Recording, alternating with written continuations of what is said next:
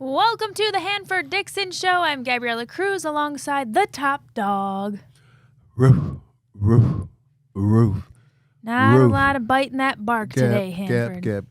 There's something wrong with my bark today.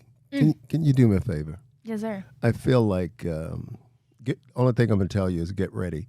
I feel like I'm at a funeral today. Can you? I will raise you Thank up you. on eagle's wings. Thank you. Bear you on Thank you. the breath of dawn. Yes, Lord. Make you to shine like the sun. Yes. And hold you in the palm of his hand. Woo! Yes. We are sad today. We are mourning today. We've come together in prayer. I needed that, Gab. I needed that. Was that healing for you? That was very much so healing for me. Can you believe? And after that wonderful song, I'm gonna say this: we went out there and just got our asses kicked. Yeah, we did. I mean, it was just crazy. What happened? I don't think I saw it being this blowout scenario. I don't think a lot of us saw that coming. Well, I'll tell you this. I'm just really, really happy I didn't go along with my original plans, what I was going to do for the game. Oh, okay. I was going to go, and again, I was going to go hoping that the bars, you know how sometimes they take the Christmas ale and they'll. I can't believe you're still talking about Christmas ale. I love that. I got to give my boys over at Great Lakes Brewery a shot over there about that Christmas ale. But anyway, I was going to go to a bar. I was going to watch the game, hoping that they still was serving Christmas ales because, you know, they'll keep them out for a little bit and then right after Christmas, after New Year's, they'll get rid of them. So that would have made it really, really good. I went there. I was going to go. I was going to watch my boys just beat up on Houston, the Texans, and I was just all excited about this football game. But you know what? After what happened, after what transpired, I am just so happy that I just stayed I was going to say black butt. Can I say black butt? Yeah, you can. I'm just glad I stayed my black butt at home because, I mean, God damn, can you see what happened? I mean, Gab, did you see what happened? I mean, I know you're upset too, but I know. Damn it, what happened? I mean, we just didn't show up. I made the mistake. You were talking about Christmas ale. I made the mistake of drinking a Red Bull before this game, and with my anxiety and how the game transpired, it was I was shaken for a little while. I mean, offensively, defensively, I mean, all phases of the game, special teams, they beat us. We let a rookie quarterback, and we're gonna really dive into this thing, but we just have to get it off our chest a little bit right now. We had, going into this game, the number one defense in the National Football League. Number one on third down defense. And a number of categories. We're leading the league with our defense. And we let a rookie quarterback from Ohio State, and obviously this kid, He can play. Yeah, he can play. If they don't give this kid Rookie of the Year. If they don't give him Rookie of the Year, something's wrong. But we let this kid go and do what he did to our defense. And I just think... Is he that good, or was it mostly our defense, or probably a combination of both? Our defense not performing? I think it's a combination of both, because I think what happened was our guys was starting to read the papers. They were starting to think that they could just show up, and they can show up and just win football games. And that's not the case, because when you get to the playoffs, everybody's good. I don't care what they say. Every single team is good, because you could see during this playoffs, because I think Dallas was the number 2 seed. The number 2 seed. Wow. And they're playing at home. And you see what happened to them. Yes. I mean, they got their butts kicked. You know what? That actually kind of lessened the blow for us, to be honest. Did not. God damn it! No, you don't It let did. me say. I'll just No, say, listen. damn it. Okay. They said, hold my beer. Because honestly, if they hadn't done that, though, we would have looked really. I know it doesn't matter. We don't like losing at all. Well, it's not. I'm just saying, I was surprised. Personally, I was surprised. I know some people are like, Yeah. they're still the Cowboys, but I was just kind of like, they were kind of hot, and then I didn't see that crumbling. Well, I'm gonna tell you a little secret about Dallas. When I was growing up, I mean, obviously, I'm from Mobile, Alabama, a small town. Right. I And, happen to know that. Well, yeah, and we didn't have a pro team, and the closest thing to us was, I guess, the New Orleans Saints was the closest team to us. But I was a big Dallas Cowboy fan. No kidding. Oh my God! I don't know Okay. why. It was just something that just drew me to the Dallas Cowboys. I was just crazy about the Dallas Cowboys. Again, big Dallas Cowboys fan. Huh. And that was when Roger Staubach, I think he was the quarterback, and all those guys that Hollywood Henderson. You wouldn't know any of these guys. I'm dating myself right here a little bit, but I was a big Cowboys fan. But anyway, and then I watch. Everybody today. Yeah. They're talking about the playoffs. They're talking about the teams, and no one. I mean, absolutely no one. And I guess this is a good thing. No one's talking about the Browns. Everybody want to talk about the Dallas Cowboys. But Gab, I got to tell you this, though. What a great week for football. I mean, it was just a great week for football. I mean, you're talking about all the games, the wild card games that was going on. And, I'm happy when it's this time of year. I'm happy when all this is going on. But, I always, and kind of get kind of sad, too, a little bit. I was going to say, how long does the hangover last for you, Oh, God. Well, again, I know. Especially for you, because some of this, you watching the playoffs, it brings back those old memories. You get excited. You're like putting on your shoes, like, I think I got one more play in me. And then, we end up a little dejected as Browns fans. Well, you know what I thought you was going to say. I know you're going to hit me in the when we come back, but I thought you was getting ready to start talking about the about go back to the college game and all that stuff. I thought you was going to hit me with all that, and then I know you're going to talk about Nick Saban. I know we got a big question. We got questions for you. I know you're going to hit me about that, but Gab, getting back to these Cleveland Browns, I'm really sad today. I know you are too, but that's all right. We're going to dive into it and. We do. We got to take our first break of the show. I'll hit you with all the brain busters, Hanford. Thanks for watching the Hanford Dixon Show. We'll be back right after this. Welcome back to the Hanford Dixon Show. Hanford, let's break down this Browns loss, as painful as it is. Let's dissect here. 45-14, which still is a stunning thing for me to even materialize. But what are your biggest takeaways from this game?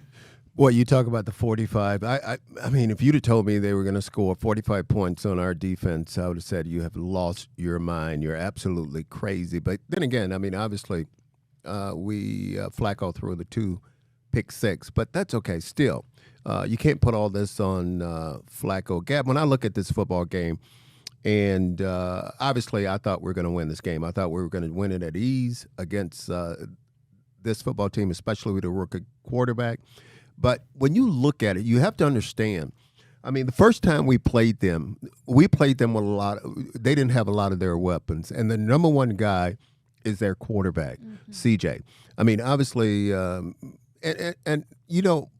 this kid said it right from the beginning. He said, hey, I'm used to playing in the big games. And we all know this because the kid played at Ohio State. And he played in the Rose Bowl and big games like that. What I don't understand, and I think Ohio State's fans should get mad a little bit, how in the hell can he decide to get a number one guy, talking about this guy, Nico Collins, his number one wide receiver? This guy went to Michigan, and the two of them, they're enemies. I mean, they're so... And they're jiving. Yeah, they're jiving. They're playing extremely well. But I also have to say, and I agree with Myles Garrett a little bit. I think we were outcoached a little bit. I was going to say, does this performance fall mostly on players, or how does the coaching factor into this? Well, because it seemed like they were ready for us and we were not ready for them. They were doing things to to catch us off balance, and they were making some throws and running the football, and then we didn't counter what they were doing. And as a result, I mean, that's where the big score and everything came in. Let me just give you an example. Let's go to the one of the pick six. Yeah, let's go to the last one. Okay, here we are. I have to give Stefanski a lot of blame for that one because I don't care what the score is. We're down on our own 30. I think it was around the 30, somewhere around there, yard line. I mean, we can't go for it there on fourth down. What we have to do is we have to punt, and hopefully we come back and we stop them and we get the ball back. But what happened? We decided to go for that. And I'm going to tell you what I'm going to do as a defensive back on something like that. I'm going to jump the route. And that's exactly knowing that they were trying to get, I think we were trying to get 5 yards or something like that. You cannot just throw that pass right there like that because you saw what happened. The guy jumped the route, goes in for a touchdown. Now we're really, really in trouble. This football team, they wanted it bad, and we didn't. Again, I said it. We thought we could just show up, Gab, and we thought we can win this football game. Yeah, you were talking about Myles Garrett because he kind of took a little bit of a shot at Schwartz in the press conference. Well, he did, and I kind of understand where he was coming from. I mean, we do the same. Yeah, because when you're a guy like Myles Garrett, I mean, when he talks, everybody's going to listen. Because let's face it, Myles is a guy that he's up for. Hopefully, he's trying to win the MVP, Defensive Player of the Year in the National Football League. He's trying to win that award, but he took a really, really big shot at Schwartz. But then again, you have to say this about Myles. And I know Myles has been fighting through injuries and all that, but he, and I know they're double teaming him and they're sliding to his side and all this, but still, we expected him to have maybe some sacks, some strip sacks or something. You don't stop Myles. I don't care who you're putting in front of him or who you got trying to block him. I mean, he's going to make some plays, and he just didn't show up. And it's not his fault. I'm not putting the whole thing on him. Every single guy on that team has got to take some blame. And let's don't talk about the defensive backfield. I was going to say, what are your thoughts on these DBs? Rough day at the office for my goodness. And Newsom's still trying to hide right now. I mean, he's still trying to hide in a closet right now because, Gabby, their matchup going into that game, obviously Greg Newsome was in the slot. And they said, what we're going to do is we're going to find him. And wherever he is, we're going to go after him. And they were very, very successful catching a lot of balls on him and keeping the chains moving, getting the first down. And not just him. I mean, I don't think any of them played well. I'm talking about Emerson, and I'm talking about Newsome, and I'm also talking about Denzel. There was one play in, I don't know which, first half, but Newsome redeemed himself, kept the Texans out of a touchdown. I can remember one bright spot for him. I think you're talking about when he came up and he made the tackle. Or maybe he didn't make the tackle, but he pretty much forced the tackle. Prevented, yeah. And he made some plays. But speaking of tackling, I mean, they drive me crazy with this tackling the way they do it today. I mean, if a quarterback needs 1 yard, you go up and you tackle him, you wrap your arms around him, and you stop him. You don't go up and just try to headbutt him down. You watch these guys today. That's what they try to do. They try to headbutt these guys and go down. But we need some fundamentals. We need your clinic, Hanford. But I'll say this. Again, that football team, when we played them the first time, they didn't have a lot of their weapons, meaning on defense, Will Anderson Jr., who is their outside linebacker, obviously great guy, played at the University of Alabama. And what am I going to say about the University of Alabama? Only good things. They also had their number one sack guy. I think his name is Greenyard or something like that. He's the guy. Between the two of them, I think they had 19 and a half sacks. So those two guys were playing, and I'm telling you, they were coming at Flacco, and they were putting the pressure on Flacco. But here's what I said about Joe Flacco, and I say you can't blame it all on him. Flacco is going to be 39 years old this week. 39. Now check this out. And I know you already know this, but DeMeco Ryan and Flacco Flacco, they will be the same age, talking about the head coach of Houston. Yeah. And D'Amico Ryan played against Joe Flacco. Played against him now. Now go figure that out. Now that's pretty interesting. That's some good stuff. That's a cool. I like that. Yeah. I know that Joe is becoming older, but still, I was surprised to see how this was the first time we've seen him look a little more hustled. And most of the time, he's just calm, cool, collected. It looks like the game has slowed down with the ball in his hand. So obviously, yeah, their defense brought their A game, and a couple of mistakes that was just immediate. I think that once the second pick six happened, we knew it was over. Gabby, I was scared. I was scared because I didn't. We were riding Joe Flacco, and we've been riding him pretty much for 4 or 5 games. And the ride has been pretty smooth. Yeah. Again, he'll throw one here, he'll throw one there, but still. Right. The interceptions were there, and you just can't do it in a playoff setting. That's right. And we would overcome them. But, I mean, it's just with Flacco, I didn't know how long he was going to hold up. And when these guys, when they were able to put pressure on him, we know he's not a very mobile quarterback. He can move, he can run, but he's not very, very mobile. And what they did was they boxed him in, and they kept him in. They put pressure on him. Did you see a couple of the hits they put on him? I mean, they hit him a couple of times, and I'm feeling that over here. You felt it through the TV. I felt it through the TV. They put a couple of hits on him. And then Amari Cooper, who had such a great game the first time we played them. I think he had 11 receptions, 265 yards. I knew what was going to happen. I knew it because when you look at their football team, they're a football team that plays zone 87% of the time. And they have this cornerback over there. It's a second-year guy, a guy they took in the 3rd round, and I think last year it's his 2nd year. And Stingley, that's his name. This guy, let me tell you something. He just won last month. I think he was Defensive Player of the Month. He just won that. And I said, that's what they're going to do. They're going to try to let this guy get some frequent flyer miles because he's going to travel with Amari Cooper.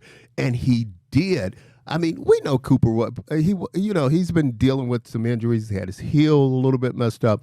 But I'm telling you, we were our coach. These guys came. They were ready for us.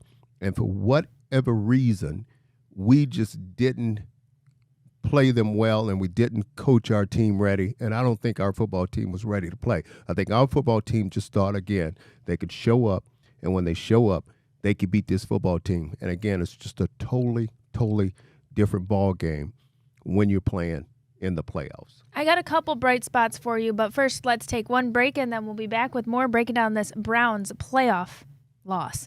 With the Hanford Dixon Show, we'll be right back.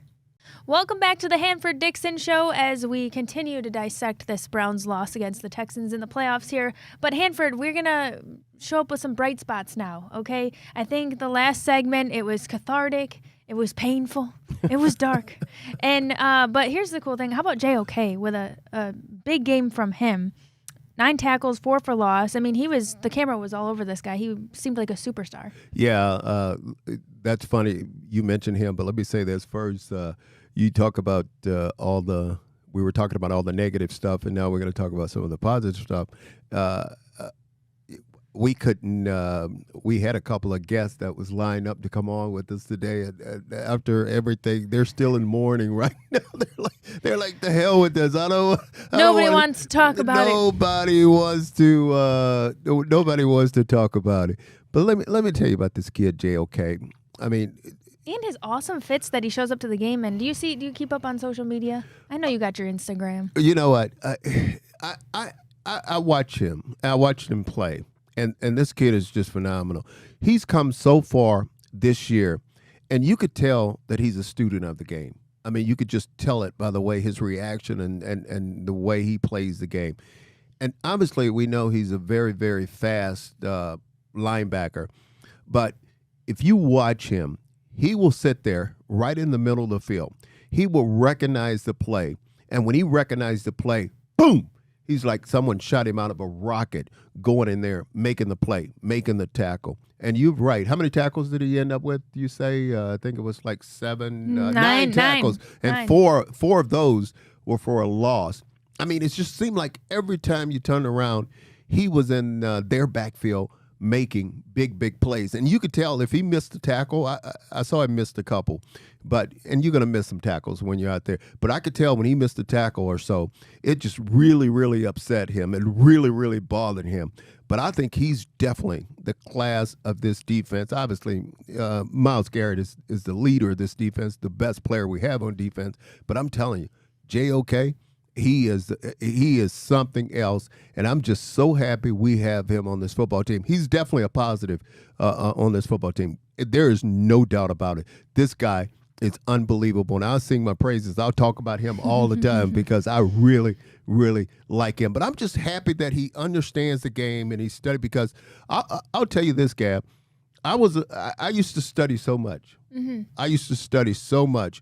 I always wanted to know what an opponent was trying to do to me, how they was trying to do it, how they were trying to attack me. And I could tell you, my mind was just like a little computer going on out there. As far as a cornerback, when a receiver come out there and he line up, where he's lining up, is he close to the numbers, is he 2 or 3 yards outside the number, and then once I figure out where he is, then I go to the backfield, I go to the formation, and when I see the formation, I could tell you what they're going to do, how they're going to try to attack me, what they're going to try to do from this formation. And most teams, you probably heard me say this before, but most teams, they're going to do what they do. What they're going to do is they're going to try to disguise it a little bit by the different formations, try to change the formations, but they're still going to do what they're going to do. Yeah. Speaking of all that preparation and given your experience, when you're playing a team twice, especially in the playoff setting, how does that preparation, or what does that preparation look like? Well, I could tell you this. It's just like you're playing, like when we play teams in our division. For instance, back then it was AFC Central, now it's the AFC North. When you're playing the Cincinnati Bengals, when you're playing the Pittsburgh Steelers, when you're playing the Baltimore Ravens, those are teams in your division, and those are teams that obviously we play twice a year. And when you play those teams twice a year, you guys know each other just as well as you could possibly know anyone. Just imagine this, you and your sister, you guys know each other, because you guys just know each other. You know your habits, you know what you do. That's what we do with it's the same thing with us playing another team twice.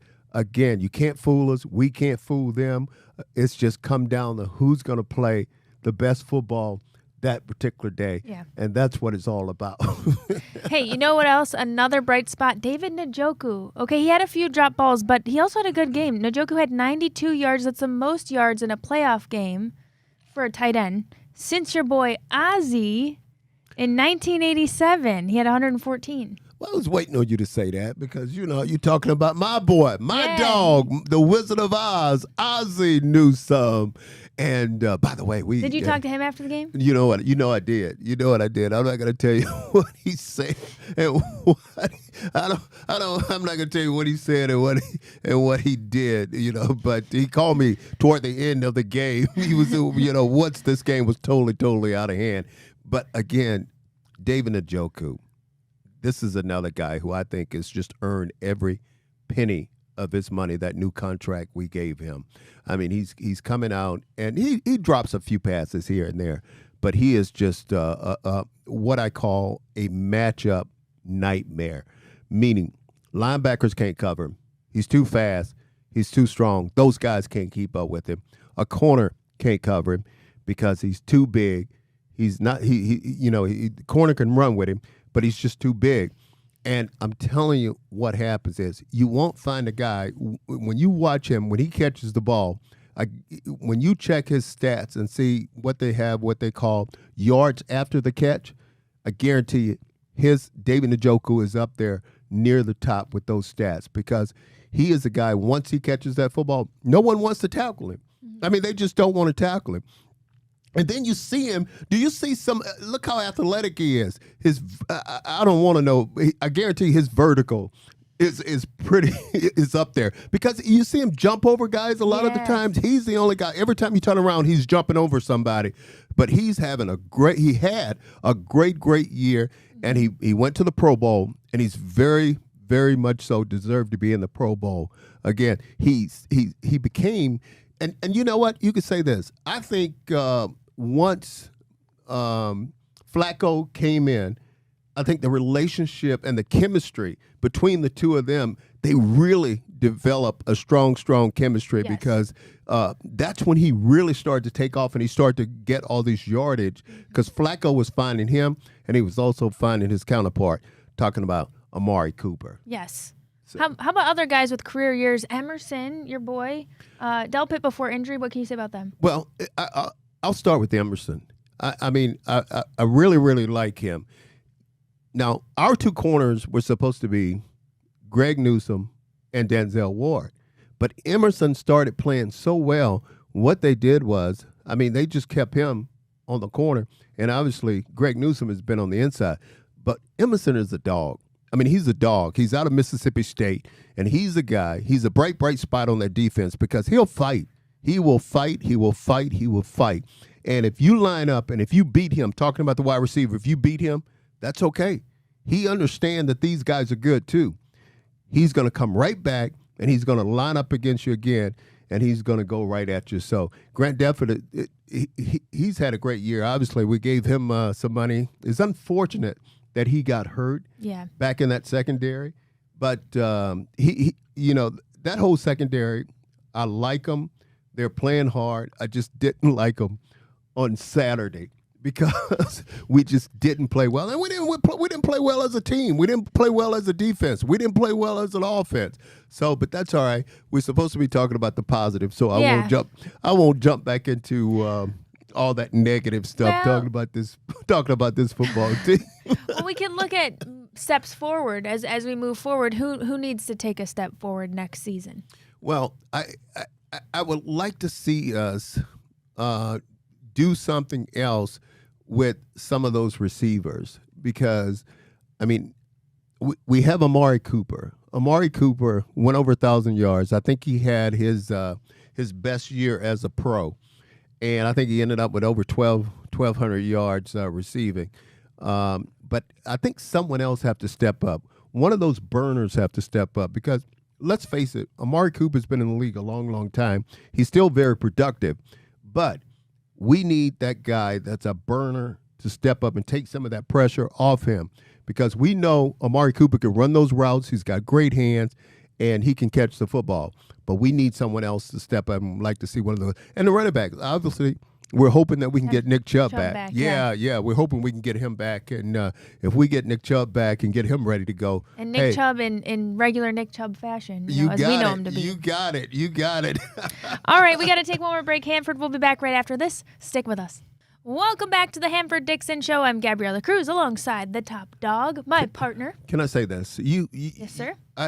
You have made me feel so much better now because you have let me just rant and rave and get it out, and then that song you sung at the beginning of the show just really, really touched my heart and got me going. So I just want to thank you for that, partner.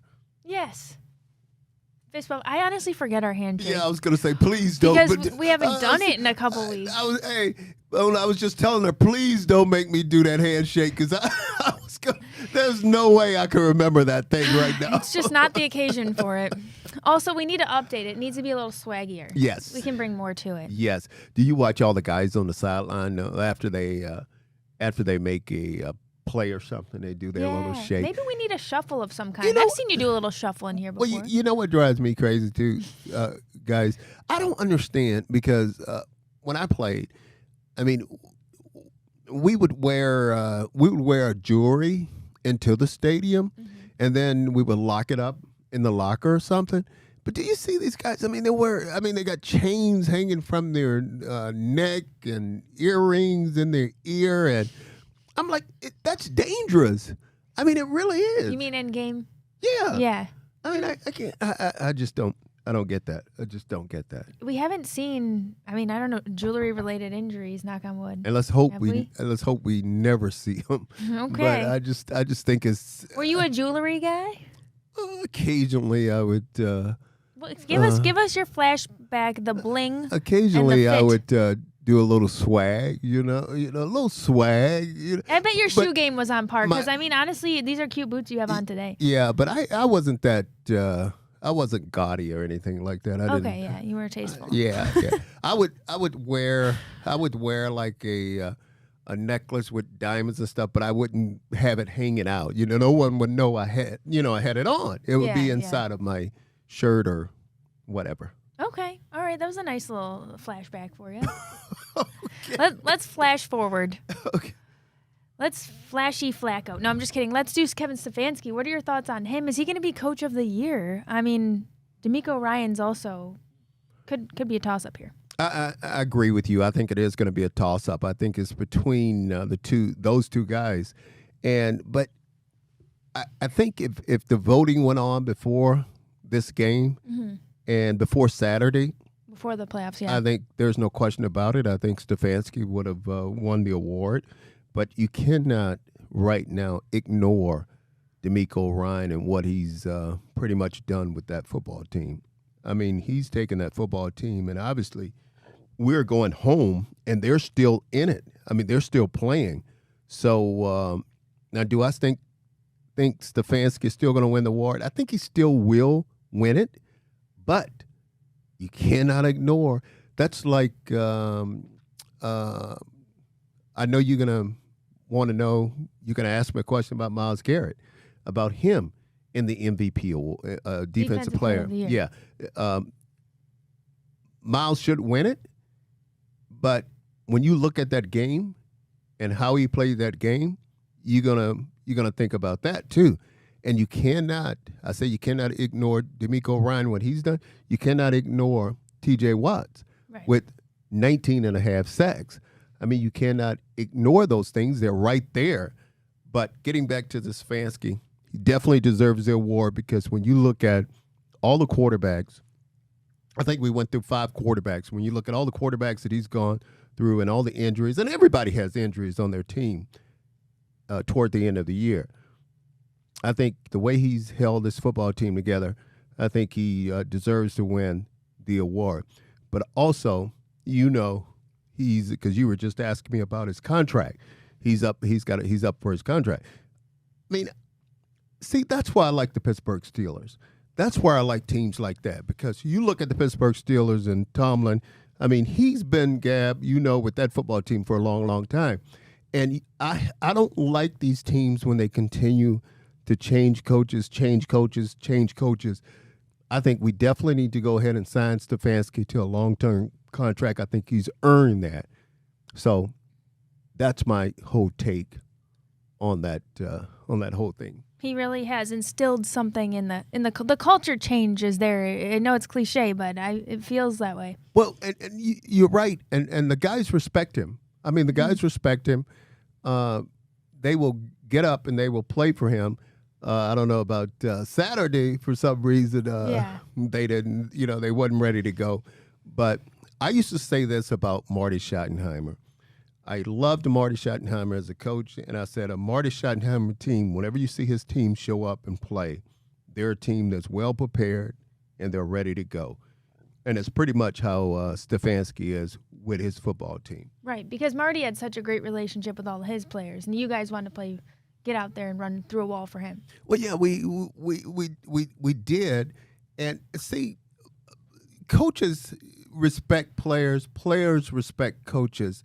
And when you look at, I'm trying to think, Russell Wilson as a prime example, and the coach that he has now.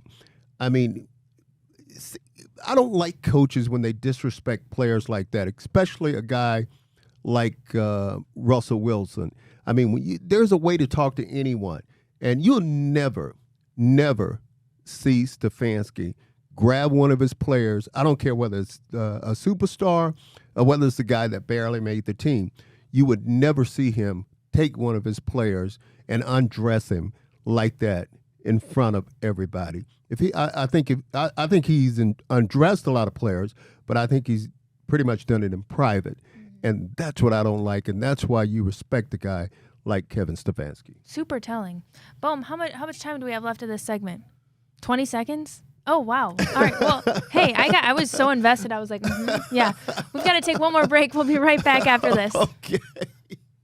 Welcome back to the Hanford Dixon Show alongside the top dog. As usual, I'm Gabriella Cruz, and we were just going through this Browns loss, but also looking at some of the positives, who we think, coach of the year, defensive player of the year. I didn't ask you real quick, do you think Flacco did enough to win comeback player of the year?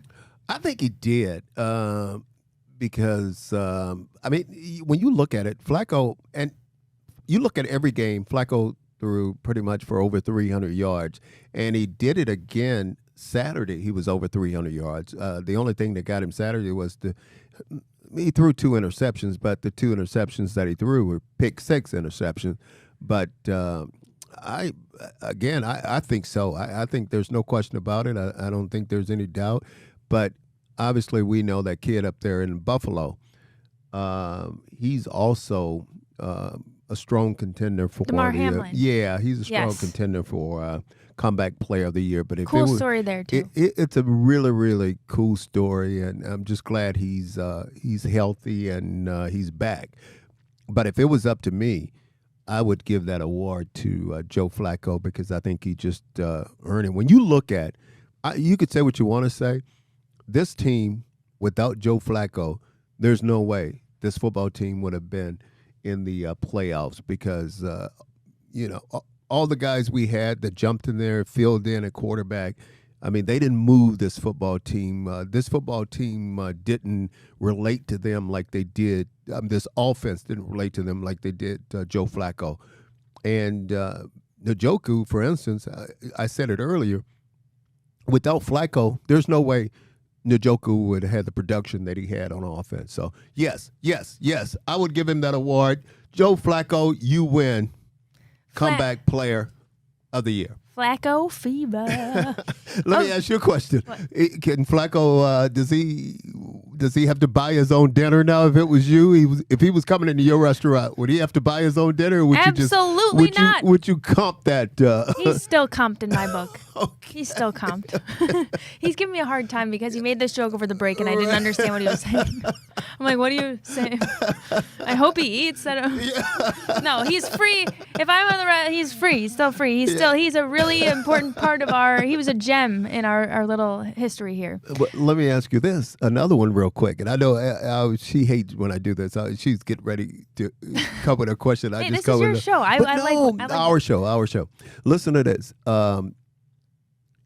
It's going to be interesting to see if we bring him back. Because as like a backup. Well, yeah. And the only thing about that is I don't think we bring him back because I would love to have him. I would love to have him on this football team because if Deshaun, God forbid, but if Deshaun gets hurt again, then we will have a solid backup. But DP, I think he will demand so much money, meaning somewhere within that $5 to $7 million range, where possibly we would not be able to bring him back. But that's something just to think about. No. I would love, if it's possible, he'd be great to have as a backup. Just his veteran presence and already the chemistry he's built immediately with this team and how valuable he is to those quarterbacks, even DTR. Absolutely. So anyway, let's get your reactions around the league. Did you expect KC to beat Miami? How about that cold weather, by the way? Negative 30-degree wind chill. Well, that was the problem. Miami, they're coming off of that sun. And the problem is, whenever Miami pretty much plays in the cold weather, especially as cold as it was in Kansas City, they had problems. And obviously you can see that. I think the game was like 26-7. And that game was just classic, Gab. Did you see? It was so cold. Did you see the quarterback when his helmet, it was head-to-head contact, and his helmet broke or something. Did you see that? Oh, I didn't. But Oh yeah, my God, Bones! Did you see that? Did you see when he cracked the helmet? I'm sure they've tested that helmet a lot of times, but not in that weather. Right. Not in that weather. Did you like the cold when you were playing? What did you think about cold weather? Because you're a Bama boy. Yeah, I'm a Bama boy, but I love to play in the cold weather. I really did. That's my guy. I love to race in the cold weather. You know why I loved it? I'll tell you this real quick. You know why I really liked it? Because what it does is, on defense, I know what I'm doing. I know where I'm going. On offense, they can't get to where they're going because the field is so messed up with the snow and the wind is blowing. So you have an advantage on defense. That's why I like to play in the cold. All right. And Taylor Swift, she was out there. Oh, we doing have her to thing talk about Miss Taylor. You can dance too, can't you? You know we'd be dancing. All right, we got to take one more break, and we'll be right back after this. Thanks for watching the Hanford Dixon Show. Welcome back to the Hanford Dixon Show as we wrap up here, Hanford. Your other thoughts about the playoffs and these other teams around the league. How about why so many blowouts? Browns lost by 31, Dolphins by 19, Cowboys by 16. Any of these surprise you? You want to know, really, we talked about a little bit earlier, the Cowboys and the Packers. I mean, love this kid. I mean, the kid they replaced Aaron Rodgers. If you'd have told me, just like you'd have told me that we're going to lose, if you'd have told me the Cowboys were going to lose, again, I'd have told you you've lost your mind. But that one really surprised me. You know, I thought was a great game, though, and this game came down to the wire. That was the Detroit-LA game. And Detroit, it's been 30 years. I mean, you had the fans they remind me of our fans. Right. Because they're in their gap and they're crying. But wow. But great games. Like I said, I'm so excited about the time right now, all the playoff games. But I also get sad because I know it's getting ready to come to an end. So after the Super Bowl is over. What the heck do you do after the Super Bowl is over? Oh, I find a couple things to do, you know. He just calls and says, "Do you still have Christmas ale?" And No. I'm a real estate broker. You know that. You know what I do. I know it's cool. He's just always out here grinding. That's right. I respect the grind. Okay, last thing, because we got a couple minutes left. Nick Saban retiring after 17 seasons at Alabama. Did you see that coming? Wow. You know, when you said that, I straightened up here a little bit. I think that's the thing that caught a lot of us, just about everybody. I didn't see it. And I talked to Ozzy, too, and he didn't see it coming. And obviously, because, you know, Nick was just coming off of a great year. Well, not great for him because when Nick don't win the championship, it's not a good year for him. Guy that's won 7, obviously 6 with Alabama, and he won. Who did he win that other one with?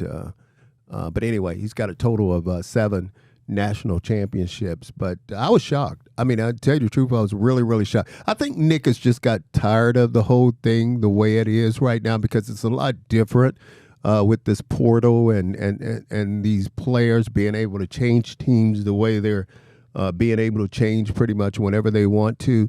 But you cannot say that he's not the greatest college football coach. He's just been phenomenal. And hate to see him go. But, you know, we all wish him well in whatever he decides to do right now. Go travel, Nick. Just go travel. Did I scare you? I thought you were wrapping up. I was like, go travel. I saw you jump over there. I'd love to travel. It's so cold here.